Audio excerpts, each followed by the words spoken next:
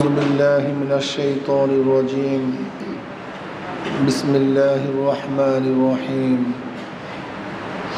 يا أيها الذين آمنوا صلوا عليه وسلموا تسليما. اللهم صل على سيدنا وشفيعنا صلى الله عليه وعلى آله وصحبه وبارك.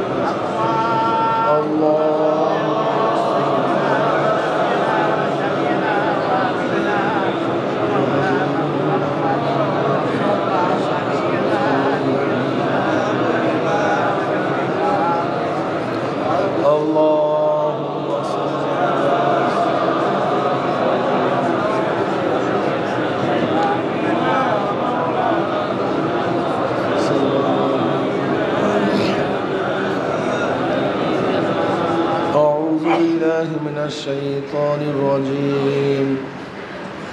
بسم الله الرحمن الرحيم. كتب عليكم الصيام كما كتب على الذين من قبلكم لعلكم تتقون. صدق الله مولانا العظيم وصدق رسول النبي الكريم. আল্লাহ পাকের বান্দা জনাব মুহাম্মদ রাসূলুল্লাহ সাল্লাল্লাহু আলাইহি ওয়াসাল্লামের উম্মতগণ, আল্লাহ পাক রব্বুল আলামিনের দরবারে লাখ কোটি শুকরিয়া যে মাওলাই কারীম আপনাকে আমাকে আজকে অষ্টম রমজান, রহমতের অষ্টম দিন, এই রহমতের অষ্টম দিন পর্যন্ত আপনাকে আমাকে আমার মাওলা পাক রব্বুল আলামিন হায়াতে রেখেছেন, সুস্থ রেখেছেন, রোজা রাখার তৌফিক দান করছেন, ভালো এক পরিবেশে কাটাবার সময় কাটাবার সুযোগ আল্লাহ পাক করে দিয়েছেন। সব সময় ইবাদতের মধ্যে, রমজান মাসে যতক্ষণ রোজা রাখবেন ততক্ষণ তো ইবাদতের মধ্যেই, প্রতিটা মুহূর্ত নামাজের তাকরিবে তাহরিমার থেকে শুরু করে সালাম ফিরবার আগ পর্যন্ত নামাজের মধ্যে থাকে। আর রোজাদার কতক্ষণ রোজার মধ্যে থাকে? ওই সবে সাদেক থেকে শুরু করে ইফতারের আগ পর্যন্ত, মানে সাহারির থেকে শুরু করে ইফতারের আগ পর্যন্ত পুরো সময়টাই কিন্তু ইবাদতের মধ্যে। যেমন তাকবীরে তাহরিমার থেকে সালাম ফিরে আগ পর্যন্ত কিসের মধ্যে? ইবাদতের মধ্যে।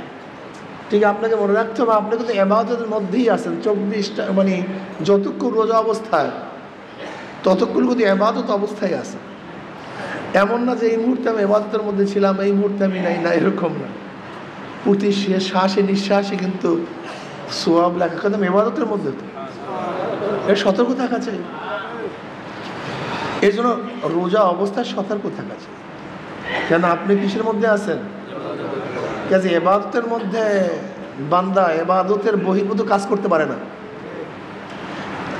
যেরকম আমরা নামাজের মধ্যে নামাজের বাহিরে কাজ করতে পারে না, তাহলে নামাজ থাকে না। যেহেতু আপনি ইবাদতের মধ্যে, রোজার মধ্যে আছেন, এই যে রোজার বাহিরের কাজ আপনার জন্য সমুচীন না, রোজা ঠিক থাকবে না। শুধু উপবাস থাকার নাম তো রোজা না। চোখের রোজা, কানের রোজা, জবানের রোজা, হাতের রোজা, পায়ের রোজা, অন্তরের রোজা, এটা সিয়াম সাধনা, শিক্ষার মাস, গঠন করার মাস, গঠন। আগামী 11 মাস কিভাবে চলবে, কিভাবে চক্ষু, কিভাবে নাক, কিভাবে কান, কিভাবে জবান, কিভাবে হাতকে আপনি ব্যবহার করবেন, এই 11 মাস কিভাবে চলবেন তার প্রশিক্ষণ কোর্স হলো এই রমজান মাস। সংযমের মাস, সংযতের মাস, সাধনার মাস। 1 মাস অভ্যাস করব, 11 মাস। আবার যখন 11 মাস চলতে চলতে দুর্বল হয়ে যাব, আবার রমজান মাস আসবে, আবারও প্রশিক্ষণ নিয়ে ট্রেনিং কোর্স কমপ্লিট করে আবারও 11 মাসের জন্য প্রস্তুতি গ্রহণ করব। এর জন্য ভাই রমজান মাসে খুব সময়টাকে গুরুত্ব দিই, মূল্যায়ন করি। খাস করে রোজা অবস্থায় ঝগড়া বিবাদ, গিবত, শিকায়েত খুব সতর্ক থাকি। কোনো ব্যক্তির ব্যাপারে আলোচনা করতে গেলে সতর্ক থাকি যে গীবাত না হয়ে যায়। দরকারটা কি? দরকারটা সতর্ক হয়ে যাবে। যদি কারোর বিরুদ্ধে কথা মুখে চলেই আসে, নাউজুবিল্লাহ, এখন বাদ দেন, এর সতর্ক হয়ে যায়। বেহুদা কথা আসতে সতর্ক হয়ে যায়। খাস করে রমজান মাসে পরিবেশকে অনুকূল পরিবেশে থাকার চেষ্টা করি, পরিবেশকে অনুকূলে রাখার চেষ্টা করি। যেমন এটা অনুকূল পরিবেশ, এখানে আলহামদুলিল্লাহ এমন একটা সুন্দর পরিবেশ যেখানে আপনি সবসময় ইবাদতের মধ্যে মগ্ন থাকতে পারেন, গুনার কাজে আপনাকে উৎসাহিত করে না, ঠিক না ভাই? এরকম ভাই যে কোনো জিনিসের পরিবেশের প্রয়োজন। নবী আলাইহিস সালাতু ওয়াস সালাম হেরা পর্বতে কেন গেলেন? তিনি তো ঘরের মধ্যে ইবাদত করতে পারতেন। হুয়া তা'বুদুল লায়ালি যাওয়াতাল আদাদে।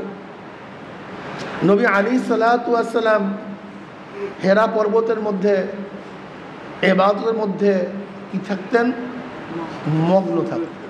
তিনি ঘরের মধ্যেও তো থাকতে পারতেন। পরিবেশের দরকার আছে। এই জন্য তিনি নবী আলাইহিস সালাম ঘর ছেড়ে হেরা গুহায় গিয়ে উঠছেন, সেখানে ইবাদতের মগ্ন থাকতেন। পরিবেশের প্রয়োজন আছে। আপনি আমি কি নবী আলাইহিস সালাতু ওয়াস সালামের মতো সরদার দো আলম সাইয়্যিদুল আম্বিয়া তিনি যদি ইবাদতের জন্য একটা পরিবেশকে নির্ধারণ করতে পারেন, তা আপনারা আমার জন্য কি পরিবেশ নির্ধারণ করার দরকার নাই? এটা কেন বুঝি না? এটা জরুরি, এটা খুবই জরুরি। পরিবেশের দরকার আছে। আগেকার জমানার আবেদরা তো গির্জা বসে ইবাদত করতেন, তাদের জন্য বাহিরে তো নামাজ পড়া, সেজদা করা সহি হইতো না। এটা তো উম্মত মুহাম্মাদের জন্য খাস। আমরা যে সব জায়গায় সেজদা করতে পারি, সব জায়গায় আমাদের ইবাদত কবুল হয়ে যায়, এটা স্পেশাল গিফট। এটা আমাদের জন্য স্পেশাল। ওয়াজুইলাত লিয়াল আরদু মাসজিদা ওয়া তুহুরা ফুজ্জিলতু আলাল আম্বিয়া বিসিত্তিন। মুসলিমের রওয়ায়াত আছে, নবী আলাইহিস সালাতু ওয়াস সালাম ফরমান, আমাকে আল্লাহ পাক রব্বুল আলামিন অন্যান্য নবীদের উপরে 6টা জিনিসের মাধ্যমে ফজিলাত দান করছেন, যেই 6টা জিনিস অন্য কোনো নবীদেরকে দেওয়া হয় নাই। এর মধ্যে একটা কি? সমস্ত জমিনকে আল্লাহ পাক রব্বুল আলামিন আমার জন্য সেজদাগার বানায় দিয়েছেন। সুবহানাল্লাহ। ওয়াজুইলাত লিয়াল আরদু মাসজিদা ওয়া তুহুরা, এবং পবিত্র করার কারণ বানায় দিয়েছেন। এর দ্বারা পবিত্রতা অর্জন করা যায়। এটা অন্য কোনো নবীদের জন্য ছিল না। তায়াম্মুমের বিধান অন্য কোনো শরীয়তের মধ্যে ছিল না। মাটির দ্বারা পবিত্র অর্জন করা অন্য কোনো নবীদের বিধান ছিল না। এটা তো আম্মা জান আয়েশা সিদ্দিকা রাদিয়াল্লাহু তাআলা আনহা এক সফরের মধ্যে তার হার হারায় গেছে, সমস্ত সফর স্থগিত করছে।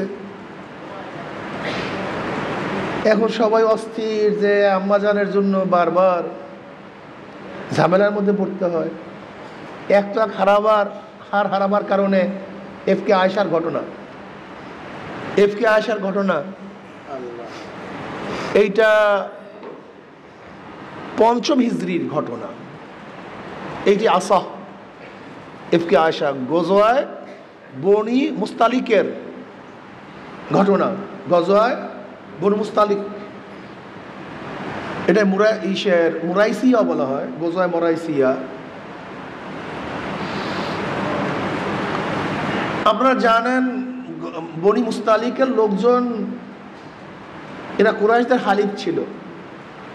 কুরাইশদের সাথে তাদের ওঠা বসা, যুদ্ধ বিগ্রহ একই সাথে করত।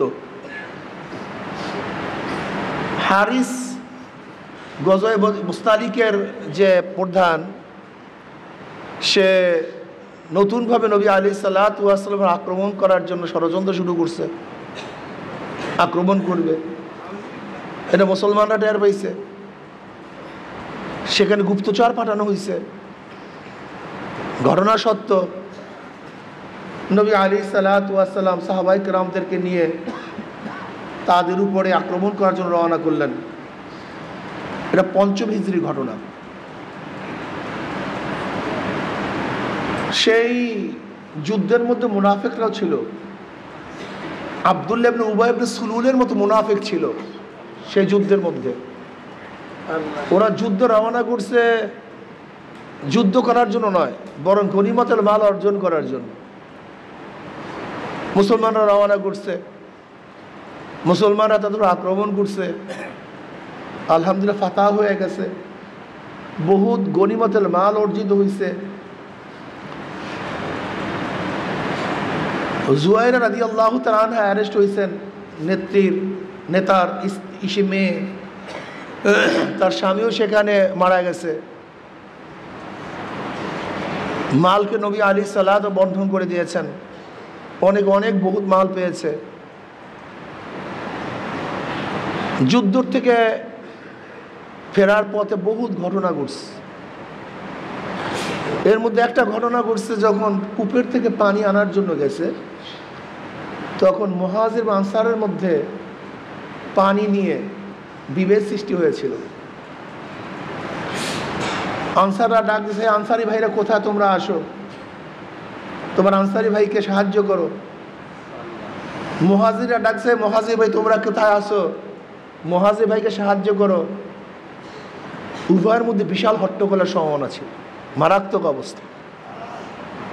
নবী আলী সাল্লাল্লাহু আলাইহি ওয়াসাল্লাম বলছেন, তো সেই জাহিলি যুগের পচা গান্দা আওয়াজ, আনসারি ভাই মুহাজির ভাই তাদেরকে সাহায্য করো। এরকম হবে কেন? যে অন্যায়কারী তার বিরুদ্ধে আমরা সবাই, যে মাজলুম তার পক্ষে আমরা সবাই, এর মধ্যে হওয়া উচিত। কি কথা ঠিক না? এই গোত্রীয় প্রভাব, এটা তো গান্দা। আমাদের দেখা যায় অনেক সময় আমাদের মধ্যে আলিয়া কমিয়া অমুক তমুক, এই কমিয়া ভাইরা সবাই আসো, আলিয়ার ভাইরা সবাই আসো। এটা কেন? এটা হবে কেন? এই বরিশাল ভাইরা সবাই আসো, এই ঢাকার ভাইরা সবাই আসো, এরকম হবে কেন?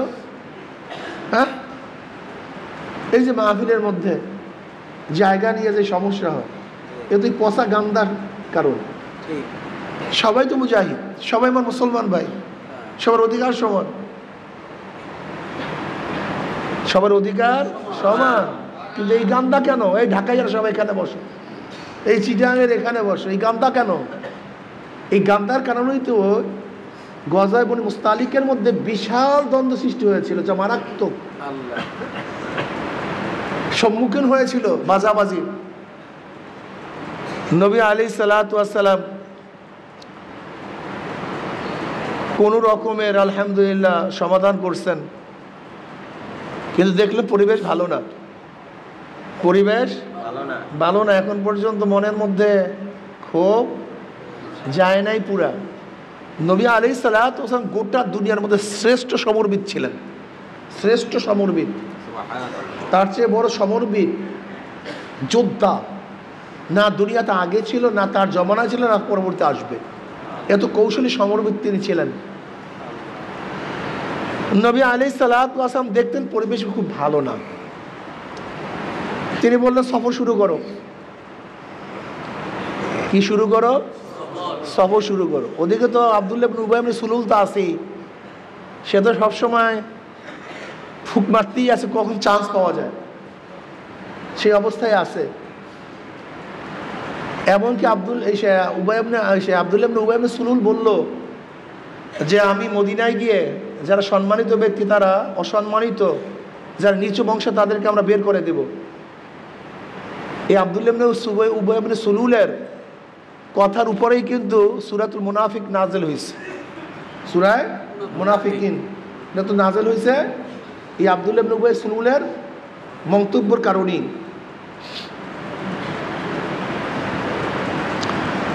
ওয়াইজা রাজানা ইলাল মাদিনাতি লা ইখরিজান্নাল আযু মিনাল আযালি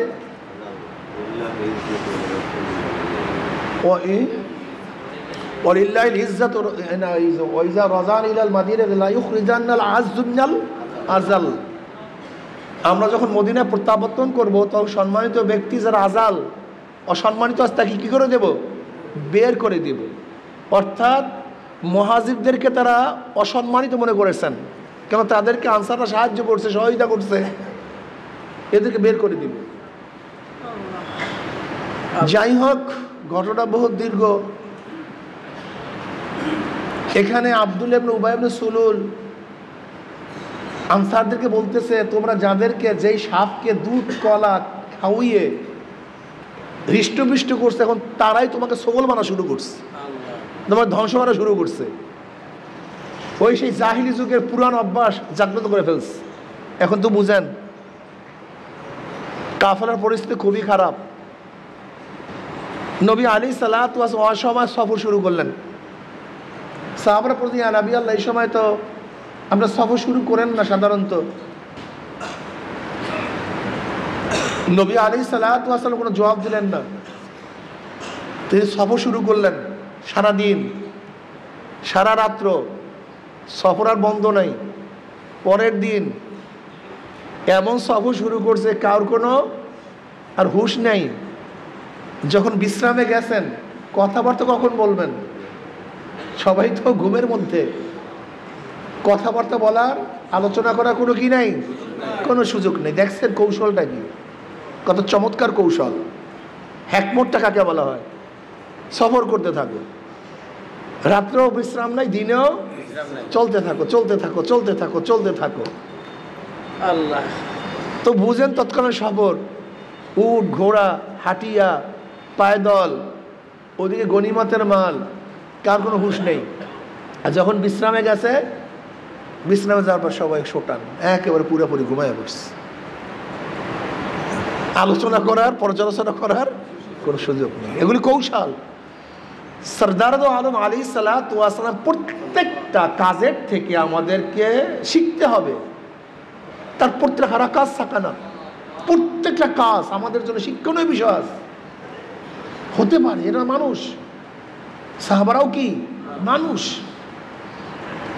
এরা তো ভুলের ঊর্ধ্বে নয়।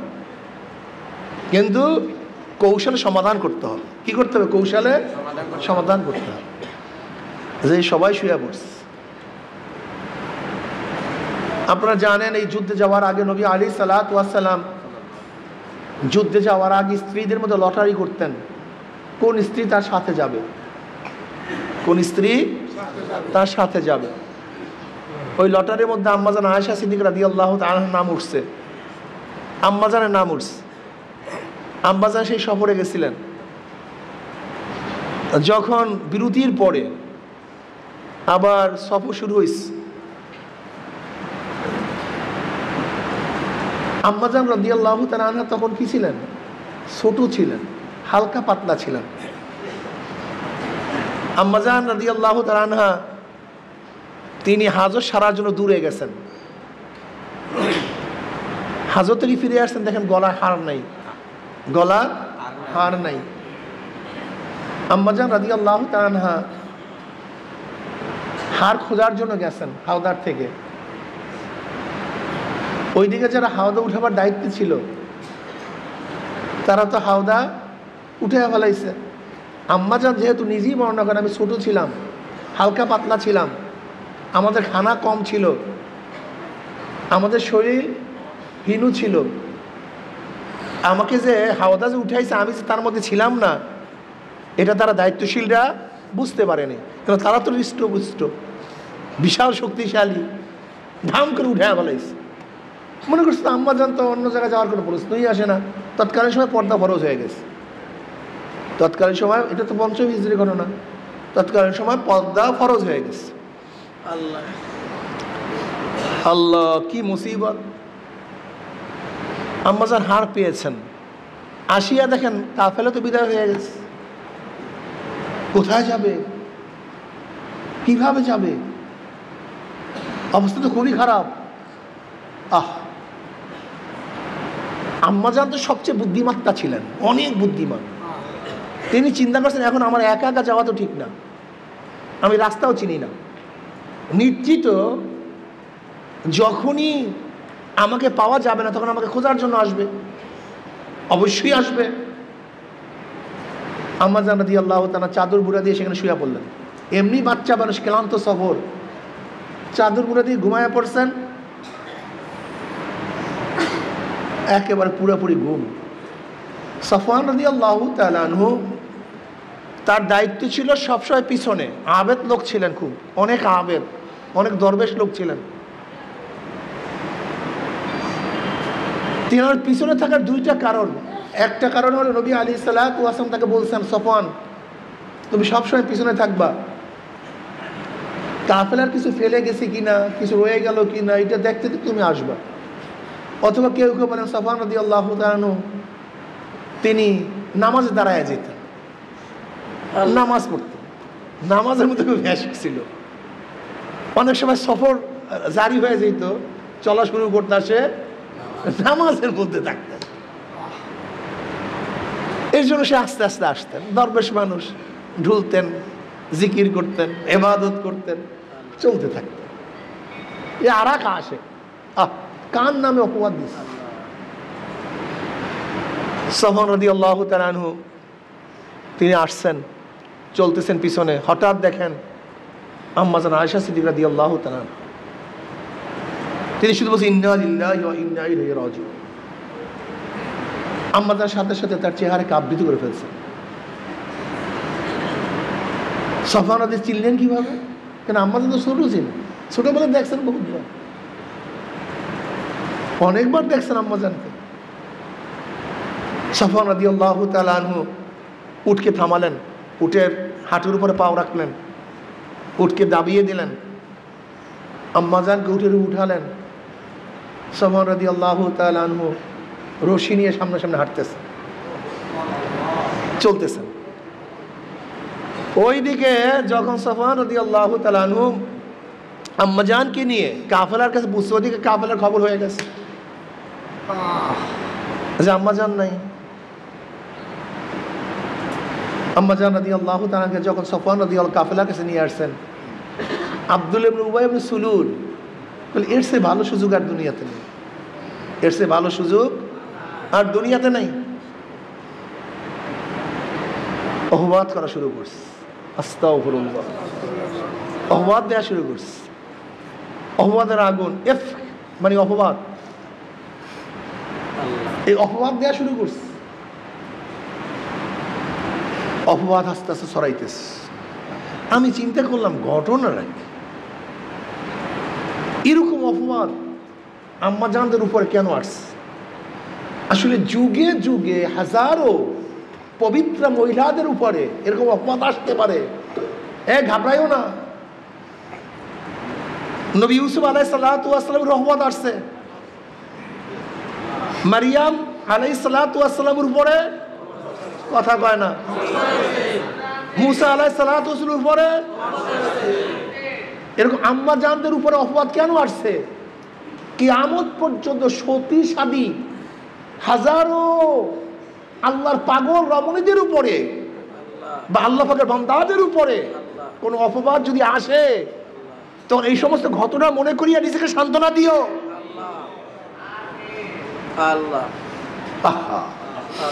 তাদের উপর থেকে আল্লাহ পাক কত প্রেসারে উঠাইছেন আগত কিয়ামত পর্যন্ত সমস্ত উম্মাতদেরকে সান্ত্বনা দেওয়ার জন্য। আস্তে আস্তে ঘটনা সরাইতেছে, রং ওইবারই একটা বাচ্চা হয়েছে কালো। প্রথম শব্দ ছিল কি বলে বউ শুনছো একটা বাচ্চা হয়েছে এত কালো, বলে বউ শুনছো আর একটা বলে কি বলে ওই বাচ্চাটা কাউয়া হয়েছে, এখন বাচ্চাই না, এখন হয়ে গেছে কাউয়া। তুমি কথাটা বুঝো অপবাদ কি জিনিস, রং কি জিনিস, রং সরানো শুরু করছে। আম্মাজান আয়েশা সিদ্দিকা রাদিয়াল্লাহু তাআলা খবরও নাই, তিনি সফরে অসুস্থ হয়ে গেছেন। কি হয়ে গেছেন? অসুস্থ, জ্বর শরীরের মধ্যে অসুস্থ। আম্মাজান আয়েশা সিদ্দিকা রাদিয়াল্লাহু তাআলা অসুস্থ, তেনার খবর নেই, তেনাকে সেবা শুশ্রূষার মধ্যে সবাই ব্যস্ত। কিন্তু জনাব মুহাম্মদ রাসূলুল্লাহ সাল্লাল্লাহু আলাইহি ওয়াসাল্লামের কান পর্যন্ত অপবাদ পৌঁছে গেছে এবং নবী আলাইহিস সালাতু ওয়াস সালাম আম্মাজানের উপরে সেই আগের যে ভালোবাসা, মোহাব্বত, শফকত, আসা যাওয়া, অসুস্থ হইলে যে স্নেহ মমতা, এইটার দেখা যাচ্ছে না। আম্মাজান চিন্তা করছে ঘটনাটা কি, আগে তো অসুস্থ হইলে আমার কাছে আসতো, আমাকে জিজ্ঞাসা করতো, মাথায় হাত বুলাইয়া দিত, আমার সেবা শুশ্রূষা করতো, এখন আসে না কেন? আম্মাজানের মধ্যে প্রশ্ন, কিন্তু আম্মাজানের কোনো খবরই নাই, কেউ তার কাছে পুষায় নাই। আম্মাজান এত সুস্থ হয়েছে। আম্মাজান রাদিয়াল্লাহু তাআলা হাজত সারার জন্য বাহিরে বের হয়েছেন। উম্মে মেস্তা, এই উম্মে মেস্তা ভালো হাদিস শুনাইতেস। বুখারী মুসলিম বড়ি বড়ি রওয়ায়াতের মধ্যে হাদিস আছে, কোরআনে পাকের মধ্যে এই ঘটনা মারাত্মক। এগুলি আমাদের সবাই প্রত্যেক মুসলমানের জানা থাকা দরকার। কি যে এর মধ্যে কত নসিহাত, কত উপদেশ, কত জিনিস এর মধ্যে, এগুলো আমাদের সবার জানা উচিত। মুসলিম উম্মাহ সবার জানা উচিত, সবার নখদর্পণ থাকা উচিত, ঠিক না? আম্মাজান রাদিয়াল্লাহু তাআলা কোনো খবরই নেই, তিনি অসুস্থ মানুষ, কিন্তু পেরেশানি যে নবী আলাইহিস সালাতু ওয়াস সালাম আমার সাথে এরকম ব্যবহার করতেছে কেন। আম্মাজান আয়েশা সিদ্দিকা রাদিয়াল্লাহু হাজতে বাড়াইলেন। তৎকালীন সময় তো ঘরের মধ্যে বাথরুম ছিল না, বাথরুম ব্যবস্থা ছিল অনেক দূরে। উম্মে মেস্তা, হযরত মেস্তা রাদিয়াল্লাহু তাআলা আনহুর আম্মা উম্মে মেস্তা তার সাথে রওনা করছে। উম্মে মেস্তা একটু হুসট খেয়েছে। উম্মে বলে, আল্লাহ মেস্তাকে ধ্বংস করুক, আল্লাহ পাক মেস্তাকে ধ্বংস করুক। আম্মাজান আয়েশা সিদ্দিকা রাদিয়াল্লাহু বলেন, তুমি কি বলতেছো? বদরি সাহাবী, মেস্তা একজন বদরি সাহাবী, তুমি তাকে অভিশাপ করতেছো? তুমি ভালো বালাই তাকে বলতেছো? তিনি কোনো কথা বললেন না। রওয়ায়াতে আসছে আবারও তিনি উষ্টে খাইছেন, আবারও বললেন আল্লাহ পাক মেস্তাকে ধ্বংস করুক। রওয়ায়াতে আসছে আবারও তিনি উষ্টে খাইছেন, বলে আল্লাহ পাক মেস্তাকে ধ্বংস করুক। বারবার বলে মেস্তাকে ধ্বংস করুক। আম্মাজান ঘটনা কি, তুমি মেস্তাকে কেন গালিগালাজ করতেছো, কেন বরদোয়া দিস? তাহলে আপনি জানেন না, আল্লাহ আপনি জানেন না। ঘটনা এই, গোটা মদিনার মধ্যে আলোচনা। আম্মাজান বলেন, এই কথা শোনার সাথে সাথে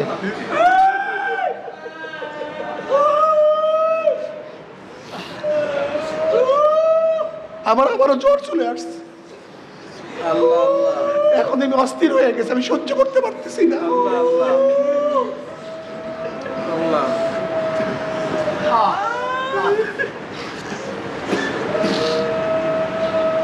আমি সহ্য করতে পারতেছি না, তার জ্বর চলে আসছে।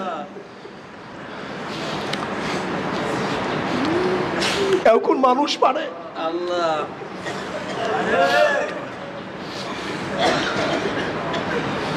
আল্লাহ আল্লাহ।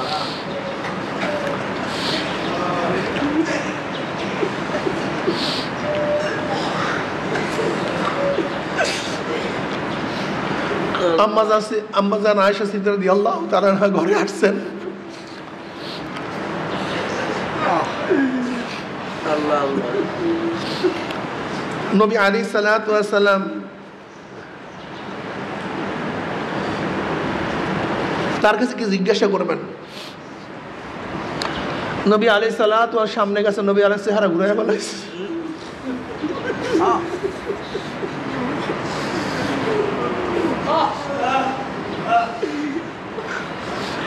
ওই বিচারের কি যে অবস্থা হয়েছিল, আমার নবীর যে কি অবস্থা হয়েছিল।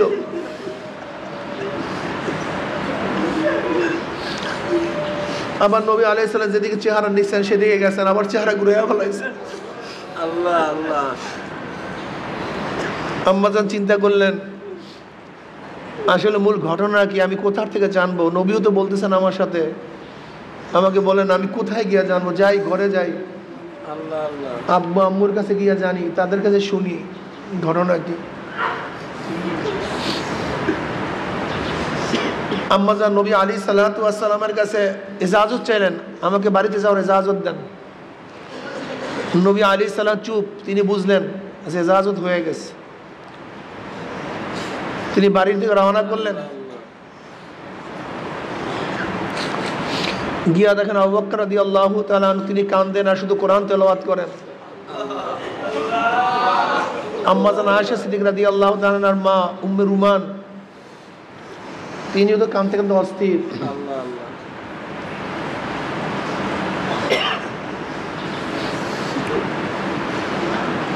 আম্মা জান আয়েশা সিদ্দিকা রাদিয়াল্লাহু তাআলা আনহা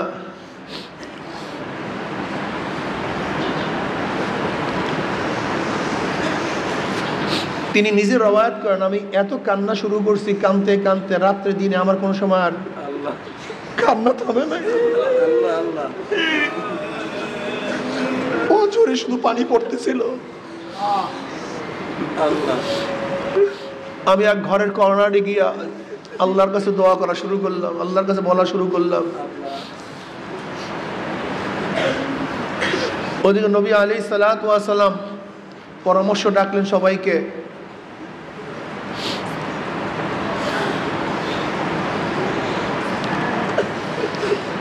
সবাই আম্মা জান আয়েশা সিদ্দিকা রাদিয়াল্লাহু তাআলা বারাত ঘোষণা করলেন যে তা পবিত্র। আলী রাদিয়াল্লাহু তাআলাকে ডাকলেন, যেহেতু পরিবারের লোক। আলী রাদিয়াল্লাহু ইয়া নবী আল্লাহ, আপনি এত চিন্তিত কেন, ব্যস্ত কেন? নবী আলাইহিস সালাতু ওয়াস সালাম এত চিন্তিত, এত বেচেন, তা চিন্তাও করা যায় না। এত তিনি চিন্তিত ছিলেন, অস্থির। তার স্ত্রীর উপরে এই সমস্ত অপবাদ, তিনি নবী, আবু বকরের মেয়ে, আর আবু বকরের নবী আলাইহিস সহচর। মানে এক জায়গায় তো গ্যাঞ্জাম লাগে না, গ্যাঞ্জাম লাগে সব জায়গায়।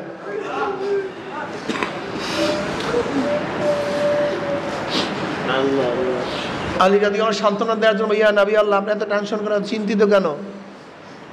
আল্লাহ পাক নবী বানাইছেন, আপনার জন্য মেয়ের তো কোনো অভাব নাই, আপনার জন্য কোনো মেয়ের অভাব নাই।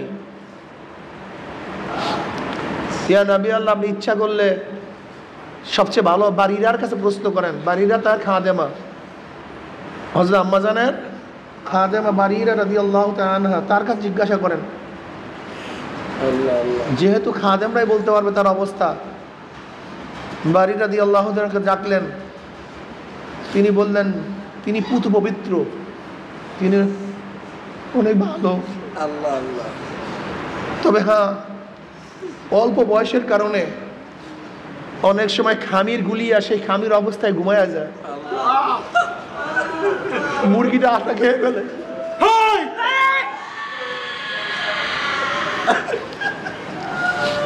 এই বাচ্চার উপরে আল্লাহ নবী আলাইহিস সালাতু ওয়াস সালাম মসজিদে সবাইকে ডাকলেন, মশওয়ারা করলেন। উমর ইবনে খাত্তাব রাদিয়াল্লাহু তাআলা প্রশ্ন করছেন, যেহেতু আলী রাদিয়াল্লাহু তাআলা বলেছিলেন আপনার স্ত্রীর কোনো অভাব নয়, আপনি ইচ্ছে হলে তাকে তালাক দিয়ে দেন, আপনি এত চিন্তিত কেন?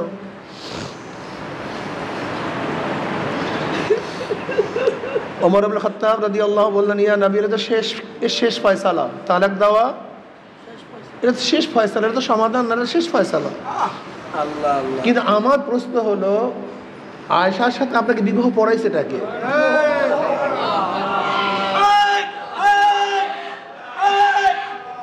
আপনারা জানেন আম্মা জান আয়েশা সিদ্দিকা রাদিয়াল্লাহু তাআলার সাথে বিবাহের কিন্তু রায়বার খোদ আল্লাহ পাক নিজে, অন্য কেউ না। বুখারীর মধ্যে রওয়ায়াত আছে, নবী আলাইহিস সালাতু ওয়াস সালাম ঘুমন্ত অবস্থায় স্বপ্ন দেখেন, এক আগন্তুক রুমাল নিয়ে আসছে। নিয়ে বলে রুমাল খোলেন, রুমাল খুলছেন, দেখেন আয়েশার চেহারা। আগন্তুক চলে গেছে। পরের দিন আসছে, ইয়া নবী রুমাল খোলেন, রেশমি রুমাল খুলে দেখে আয়েশার চেহারা। আগন্তুক চলে গেছে। পরের দিন আসছে, রুমাল খোলেন, দেখে আয়েশার চেহারা। এ তো আপনার স্ত্রী। নবী আলাইহিস সালাম বললেন, ইন কানা মিনাল্লাহি ইউনজিহি, যদি ফয়সালা আল্লাহর থেকে হয় তা আল্লাহ পাকই ব্যবস্থা করবেন। আয়েশা তো ছোট, এই আমার জন্য কিভাবে হয়? ওদিকে আবু বকর সিদ্দিক রাদিয়াল্লাহু তাআলা আগের থেকে চিন্তা করছেন যে নবী আলাইহিস সালাম স্ত্রী খাদিজাতুল কুবরা আজকে দুনিয়াতে নাই। সাউদা রাদিয়াল্লাহু তাআলা তিনিও বৃদ্ধা, না বৃদ্ধা একেবারে বুড়া হয়ে গেছে। এখন তার বাচ্চাদেরকে আঞ্জাম দেওয়ার মতো কেউ নেই, খেদমত করার কত কেউ নেই। আবু বকর সিদ্দিক রাদিয়াল্লাহু চিন্তা করতেছেন, নবী আলাইহিস সালাতু ওয়াস সালামকে আমার মেয়েকে দেব, কিন্তু আয়েশা তো ছোট। কথাটা বুঝতে পারি। ওইদিকে নবী আলাইহিস সালাতু ওয়াস সালামকে হাদিয়া হিসেবে আম্মাজানকে দেওয়ার জন্য আবু বকর রাদিয়াল্লাহু তাআলা আনহু মাথার মধ্যে ঘুরপাক করতেছে, ওইদিকে আমার মাওলা পাক রব্বুল আলামিন ফয়সালা করে রাখছে। ওমর ইবনে খাত্তাব রাদিয়াল্লাহু আনহু, ইয়া নবী আল্লাহ, আপনার সাথে আয়েশার বিবাহ বন্ধন আবদ্ধ করাইছে কে? নবী আলাইহিস সালাম কোনো জবাব না দিয়ে আঙ্গুল উঠেছেন আসমানের দিকে, ওইদিকে আসমানের দিকে উঠেছেন। ওমর ইবনে খাত্তাব বলছে, ইয়া নবী আল্লাহ, আপনার টেনশন কি, আপনার চিন্তা কি? যেই মাওলাই বিবাহ করাইছে সেই মাওলাই তো ফয়সালা দিবে, আপনার তো টেনশন করতেছেন না। নবী আলাইহিস সালাতু ওয়াস সালাম বললেন, ওমর, তুমি আমার সমস্ত চিন্তাকে দূর করে ফেলেছো, আমার কোনো চিন্তা নাই, কোনো টেনশন নাই। আসলেও তো তাই। ওইদিকে এফকে আয়েশার পর থেকে আজ পর্যন্ত ওহী আসছে না। আপনারা জানেন, এফকে আয়েশার ঘটনার পরে নবী আলাইহিস সালাতু ওয়াস সালামের উপর 1 মাস পর্যন্ত ওহী বন্ধ, কোনো ওহীও আসে না, জানেও না কিছু। যেই সমস্ত বেয়াকুবরা বলেন নবী আলাইহিস সালাতু ওয়াস সালাম গায়েব জানেন, আমি ওই বেয়াকুবদেরকে বলবো, যদি নবী গায়েবই জানতেন তা এফকে আয়েশার ঘটনা তো নবী আগেই বলতেন কোনটা ঠিক কোনটা অঠিক। এত টেনশন করতেন কেন? হ্যাঁ, এই বেয়াকুবদের মাথার মধ্যে কোন গোল ঢুকছে তা আমি বুঝি না।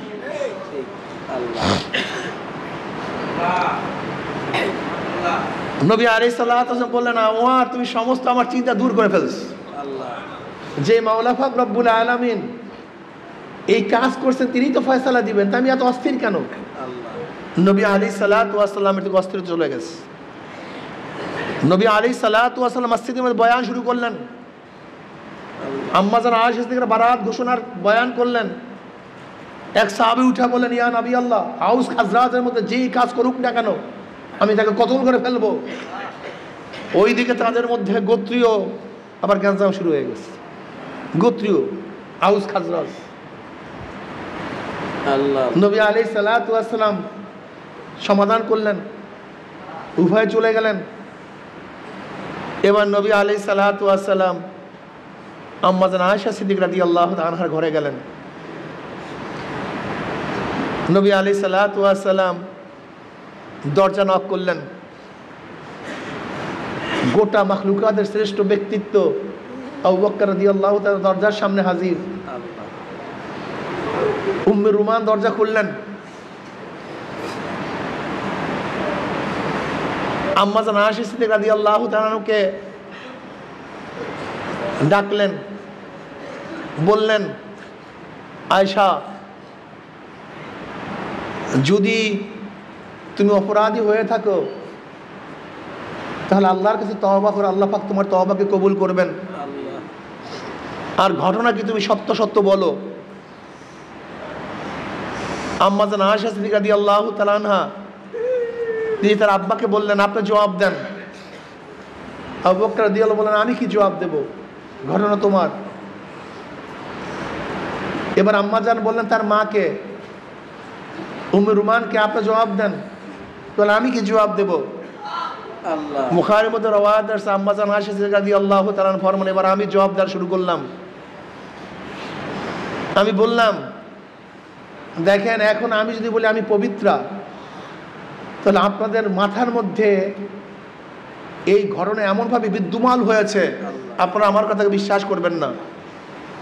আর আপনাদের জন্য যদি বলি আমি অপবিত্র, তা আল্লাহ পাক জানেন আমি পবিত্র, আমি কোনো অপকর্মের মধ্যে লিপ্ত হই নাই, আমি নিষ্পাপ। কাজী আজকে আমার জন্য ফাসবরুন জামিল, আমার জন্য আম্মা জান আয়েশা সিদ্দিকা রাদিয়াল্লাহু ফরমান, আমার রাগে এবং ক্ষোভে, আমার আবেগে আমি ইউসুফ আলাইহিস সালাতু বাবার নাম বারবার চিন্তা করার চেষ্টা করছিলাম যে ইয়াকুব, কিন্তু আমি ভুলে গেছি, আমি তার নাম মনে রাখতে পারি নাই। আমি বললাম, ইউসুফের বাবার যে অবস্থা, ফাসবরুন জামিল, আমার উত্তম সবর ব্যতীত আমার আর কোনো দ্বিতীয় পথ নেই। আম্মা জান আয়েশা সিদ্দিকা রাদিয়াল্লাহু তাআলা ফরমান, এর মধ্যে আমি দেখতেছি নবী আলাইহিস সালাতু ওয়াস সালামের চেহারার মধ্যে ওহী নাযিল হওয়ার আগে, ওহী অবতীর্ণ হওয়ার আগে যে হালাত, যে পরিবর্তন, সেই পরিবর্তন দেখতিস। আমি ভয়তে কাঁপা শুরু করলাম, না জানি কি ফয়সালা হয়, না জানি কি ঘটনা ঘটে, না জানি কি আসে।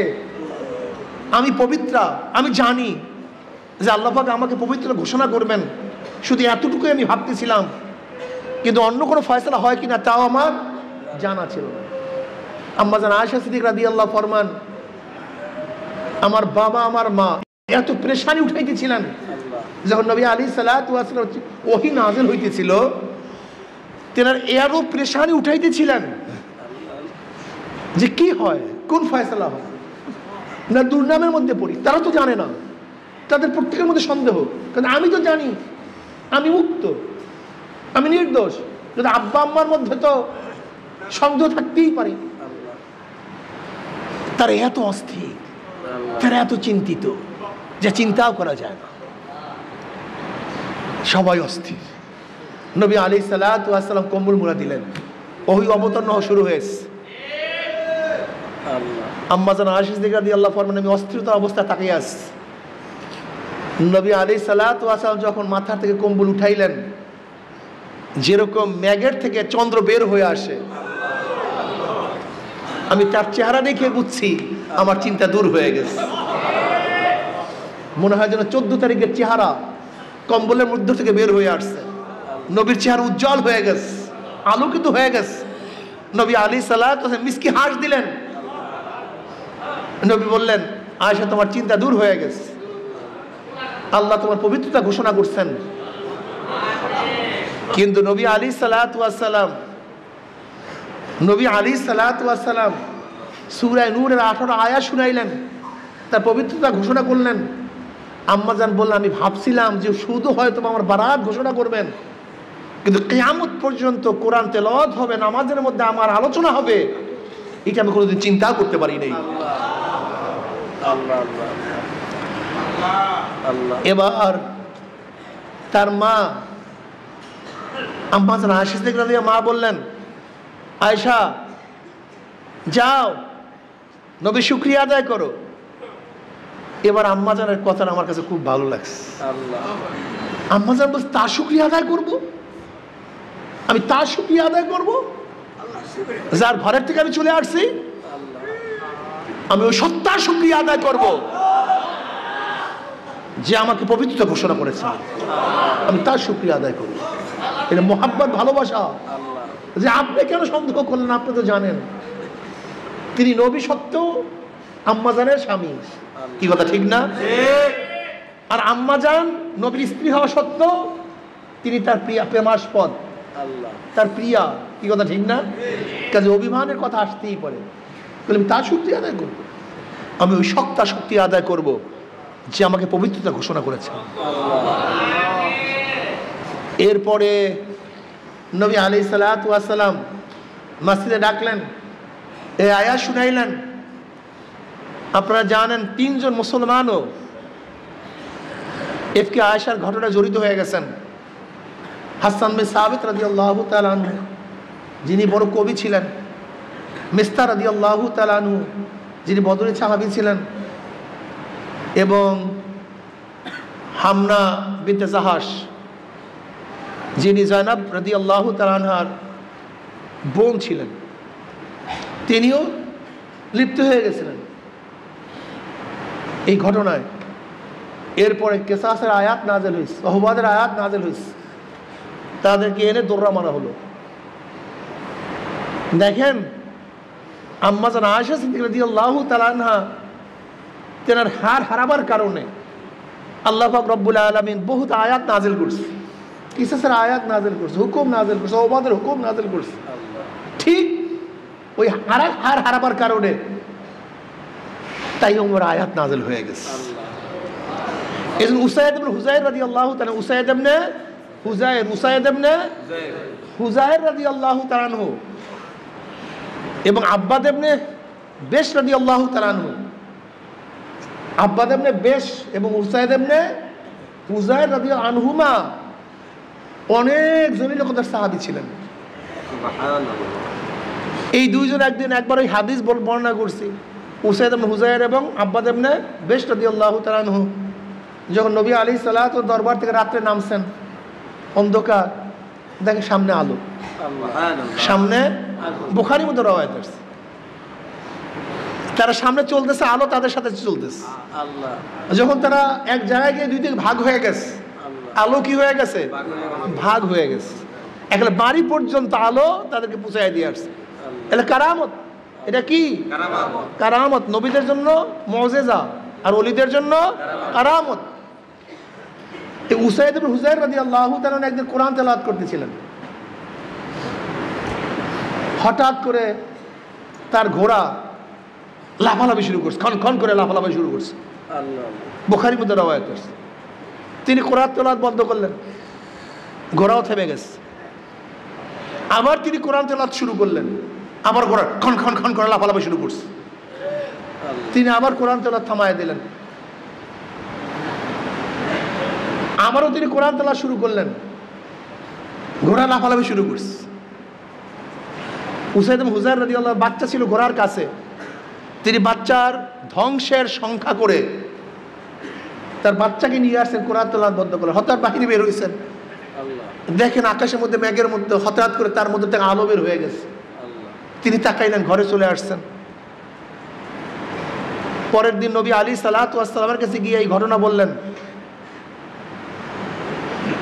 নবী আলাইহিস সালাতু ওয়াস সালাম বলেন, উসাইদ তুমি কেন তেলাওয়াত করলে না, কেন তেলাওয়াত করলে না, কেন তেলাওয়াত করলে না? তোমার তেলাওয়াতের আওয়াজে ফেরেশতা চলে আসছে। তুমি যদি সকালবেলা পর্যন্ত কোরআন তেলাওয়াত করতা, তাহলে মানুষ ফেরেশতা দেখতে পারতো। তুমি কেন কোরআন তেলাওয়াত করলে না? উসাইদ ইবনে হুযাইর রাদিয়াল্লাহু তাআলা অনেক বুজুর্গ সাহাবী ছিলেন। উসাইদ ইবনে হুযাইর রাদিয়াল্লাহু বললেন যে তোমার পরিবার এমন এক পরিবার, আম্মা জান আয়েশা সিদ্দিকা রাদিয়াল্লাহু তাআলাকে খেতাব করে বললেন, যে কোনো সংকটে পড়লে আল্লাহ পাক রব্বুল আলামিন আমাদের জন্য অনেক বিধান নাযিল করে দেন, অনেক খাইরিয়াত তার মধ্যে রাখেন, অনেক উত্তমতা রাখেন। একবার হাড় খুয়াবার কারণে বহুত ঘটনা নাযিল হয়েছে। আবার একবার হাড় যখন চলে গেছে, সাহাবারা সবাই অস্থির, সফর কেন শুরু করে না? আম্মা জানের জন্য গেলাম,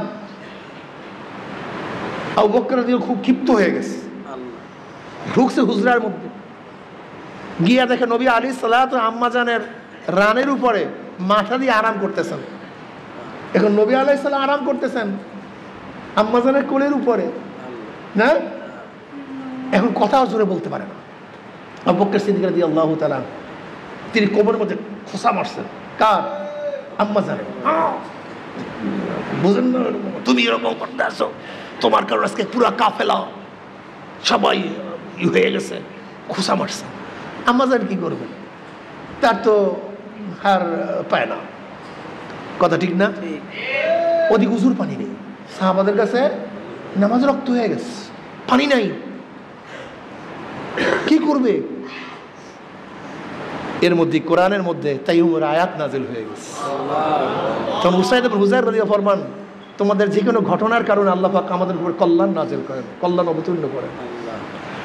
আম্মা জান আয়েশা সিদ্দিকা রাদিয়াল্লাহু তাআলা আনহা যখন সফর রওনা করলেন, উট উঠাইলেন, দেখেন উটের নিচেই তার হাড় পরা আছে।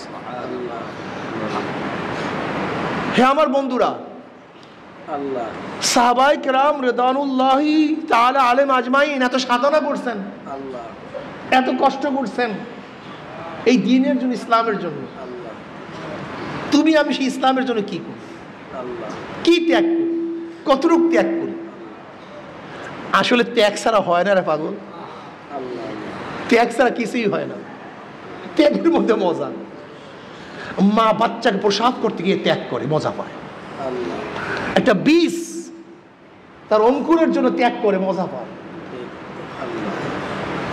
বাবাগুলি সন্তানদেরকে ভালো রাখার জন্য কত ত্যাগ করে না? ঘাম ঝরতে থাকে, ঘাম শরীরের মধ্যে কত কষ্ট। বাচ্চাদেরকে যখন খানা দেয় মজা পায়, ত্যাগের মধ্যে মজা। ঠিক মাওলার পাগলরা মাওলার জন্য যখন ত্যাগ করে তারা মজা পায়। ত্যাগী হই, বুগি না। দেখেন সবার মান মর্যাদা কিন্তু এক না, সবার হালাত কিন্তু এক না। সবার অবস্থান কিন্তু এক না। কামাইয়ের জায়গা, যে যত পারেন কামাই করেন, অন্যের দিকে তাকায় না। আপনি কামাই করতে থাকেন, কামাই করতে থাকেন, কামাইয়ের জায়গা। সবার মান, সব ছাত্র ভর্তি আর সবার মান কিন্তু এক না।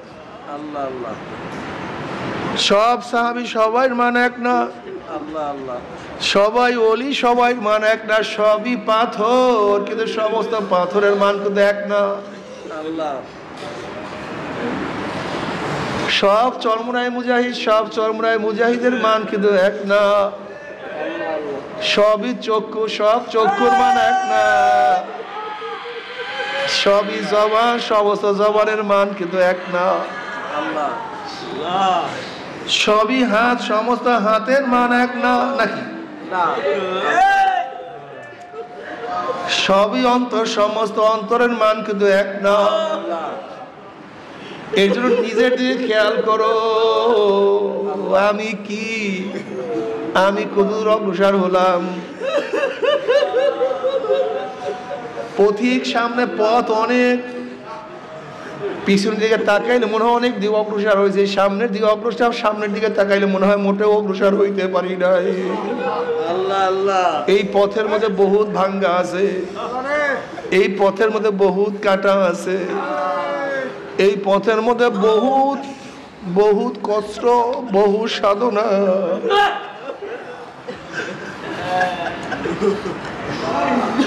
এই সাধনার মধ্যে কি যে মজা, আল্লাহ মজা লাগাইয়া দাও।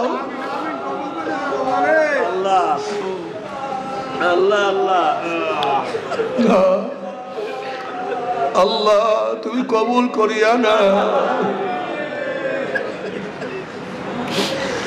তুমি কি দেখো না বেলাল হাবশী রাদিয়াল্লাহু তাআলা আনহু কত সাধনা করছে।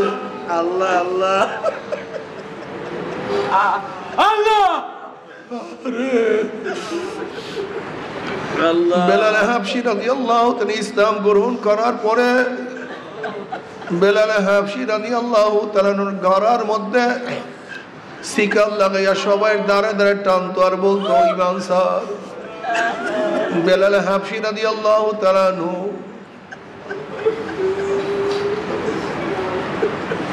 ঈমান আনার পরে আল্লাহ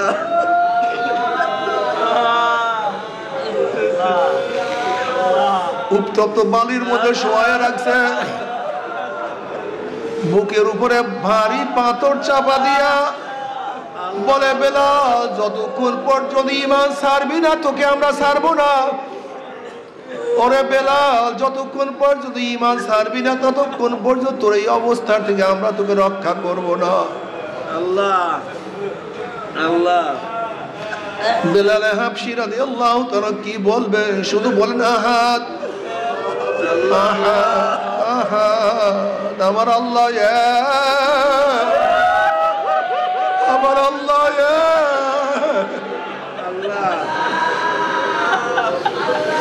হযরত আবু বকর সিদ্দিক রাদিয়াল্লাহু তাআলা অবস্থা দেখিয়া সহ্য করতে পারলেন না। বেলাল হাবশী রাদিয়াল্লাহু তাআলার মালিকের নাম ছিল উমাইয়া ইবনে খালদ।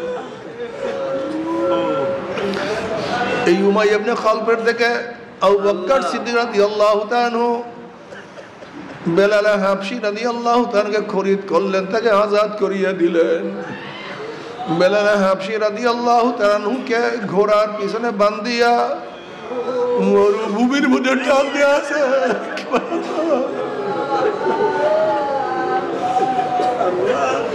তুমি আমি কি ত্যাগ করলাম, তুমি আমি কি ত্যাগ করলাম।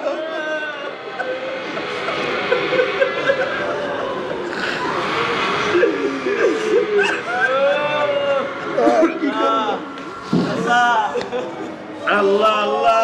বাবার বুখারীর মধ্যে রওয়ায়াত আছে আব্দুল্লাহ ইবনে মাসউদ রাদিয়াল্লাহু ফরমান নবী আলাইহিস সালাতু ওয়াস সালাম আল্লাহ হেরেমের মধ্যে নামাজরত অবস্থায় ছিলেন। আল্লাহ আবু জাহেল বসা।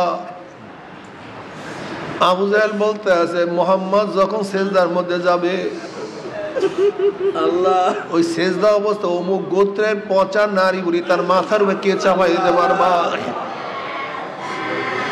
ওই মজলিসের মধ্যে উকবা ইবনে মুহিত, উকবা ইবনে মুহিত নামীয় বেঈমান, ওই নরাদম বেঈমান কমবক্ত কপাল পোড়া উকবা ইবনে মুহিত বলছে আমি এই কাজ করতে পারবো? আল্লাহ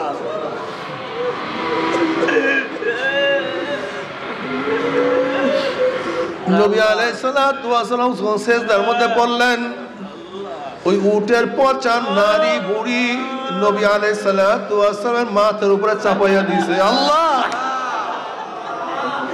আল্লাহ আল্লাহ আল্লাহ নবী আলাইহিস সালাতু ওয়াস সালাম মাথা তুলতে পারেন না।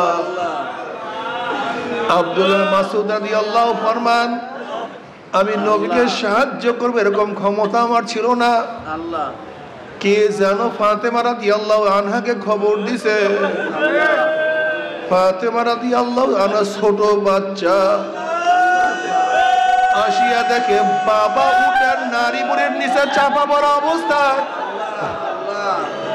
মাথা তুলতে পারে না। ফাতেমা রাদিয়াল্লাহু আনহা কোন রকম কষ্ট করিয়া উটের নারী বুড়ি তার মাথার দিয়ে সরাইয়া ফেলাইছে। নবী আলাইহিস সালাতু ওয়াস সালাম বললেন, আল্লাহুম্মা আল্লাহুম্মা আলাইকা আল্লাহুম্মা আলাইকা কুরাইশ, আল্লাহ তুমি কুরাইশের বিরুদ্ধে ব্যবস্থা গ্রহণ করো।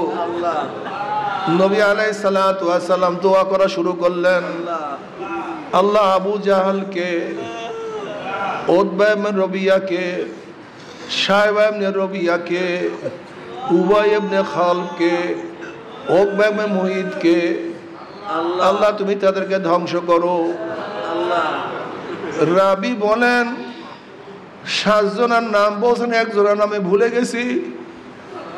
ওই সত্তার কসম যার হাতের মধ্যে আমার জীবন, আল্লাহ আমি বদরের ময়দানে দেখছি যাদের বিরুদ্ধে আমার নবী বদদোয়া করছে, প্রত্যেকের লাশ একটা কূপের কাছে পড়িয়া আছে, একটা শয়তানও বাঁচতে পারে না। আল্লাহ হে নবীর উম্মতেরা, যদি আমার নবী মাওলাকে পাওয়ার জন্য এত কষ্ট করতে পারে, আল্লাহ ও নবীর উম্মতেরা তুমি আমি কি কষ্ট করলাম, কি করছি, আল্লাহর কাছে কিভাবে জবাব দেব, কিয়ামতের মাঠে নবীকে কিভাবে চেহারা দেখাবো, কোন চেহারা তার কাছে? আল্লাহ আল্লাহ আল্লাহ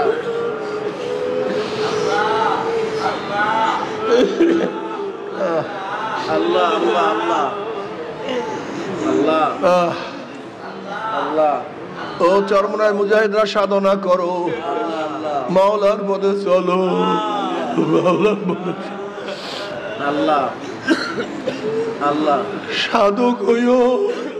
আল্লাহ আল্লাহ আল্লাহ আল্লাহ আল্লাহর কাছে দোয়া করতে থাকো। আল্লাহ আল্লাহ কলবটাকে তোমার দিকে ফিরাইয়া রাখিও। আল্লাহ তোমার গোলাম হিসেবে কবুল করিয়েন। আজকে রমজানের 8 রোজা চলিয়া যাইতে আছে, রহমতের 8 দিন চলিয়া যাইতে আছে। জানি না রহমত পাইলাম কি পাইলাম না, জানি না গুনাহ বেদা মাফ করাইতে পারলাম কি পারলাম না। পরে রহমতের 8 দিন চলিয়া যাইতে আছে, আর মাত্র 2 দিন বাকি। বেশি বেশি আল্লাহর কাছে দোয়া করো। আল্লাহুম্মা আমিন, আল্লাহুম্মা আমিন, আল্লাহুম্মা আমিন। আল্লাহ রহমত নাযিল করেন, আল্লাহ রহমত নাযিল করেন।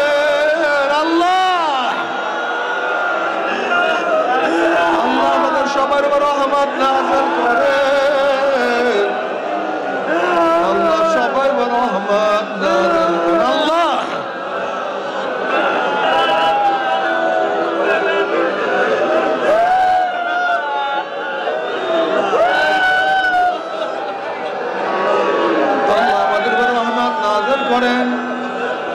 গোটা দুনিয়ার রহমত নাযিল করেন, গোটা মাখলুকের রহমত নাযিল করেন, গোটা মানুষের রহমত নাযিল করেন, গোটা মুসলমান মুহাম্মদের রহমত নাযিল করেন। আল্লাহ চরমনের কাফেলার উপর রহমত নাযিল করেন, এই মাজলিসের রহমত নাযিল করেন, আমাদের আওলাদ রহমত নাযিল করেন।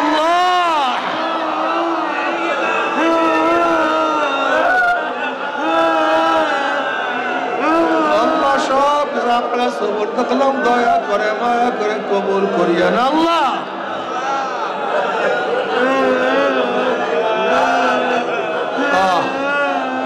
আল্লাহ গুনাহ থেকে বাঁচিয়ে দেন, তৌফিক দিয়া দেন। আল্লাহ গুনাহ থেকে বাঁচিয়ে দেন, তৌফিক দিয়া দেন।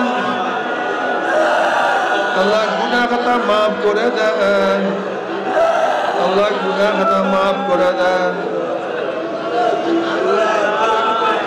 আল্লাহ আমাদের জেহেন শক্তি বাড়াইয়া দেন, সহি ইলম অর্জন করার তৌফিক দিয়া দেন, সহি আমল করার তৌফিক দিয়া দেন। আল্লাহ আমরা হাত তুললাম, জাইনা কর্মা নাই, বাবা নাই, স্ত্রী নাই, সন্তান নাই, দাদা নাই, দাদু নাই, নানা নাই, নানা নাই। আল্লাহ যত মুমিন মুমিনাত মুজাহিদরা কবরে শুয়ে সবার কবর আযাব চিরতরে মাফ করে দেন। আমাদের শায়েখ ও মুর্শিদের কবরকে জান্নাতের বাগিচা বানায়া দেন। মা দাদা সহ তামাম দুনিয়ার মাশায়েখদের মাকামকে জান্নাত বলন্দ করে দেন। আমাদের আওলাদ আমরা খাস গোলাম বাদশা কবুল করে নেন। ربنا هب لنا من ازواجنا وذرياتنا قرة اعين واجعلنا للمتقين اماما। আল্লাহ আমাদের সবাইকে জান্নাতুল ফেরদাউস দান করেন, সবাইকে জাহান্নাম থেকে নাজাত দিয়া দেন। اللهم إني أسألك من خير ما سألك به نبيك محمد صلى الله عليه وسلم، ونعوذ بك من شر ما استعاذ منه نبيك محمد صلى الله عليه وسلم، وأنت المستعان وعليك البلاغ ولا حول ولا قوة إلا بالله. اللهم وفقنا لما تحب وترضى من القول والعمل والفعل والنية. رب ارحمهما كما ربياني صغيرا. وصلى الله تعالى على خير خلق محمد وآله وأصحابه وأزواجه وأذريته برحمتك يا أرحم الراحمين.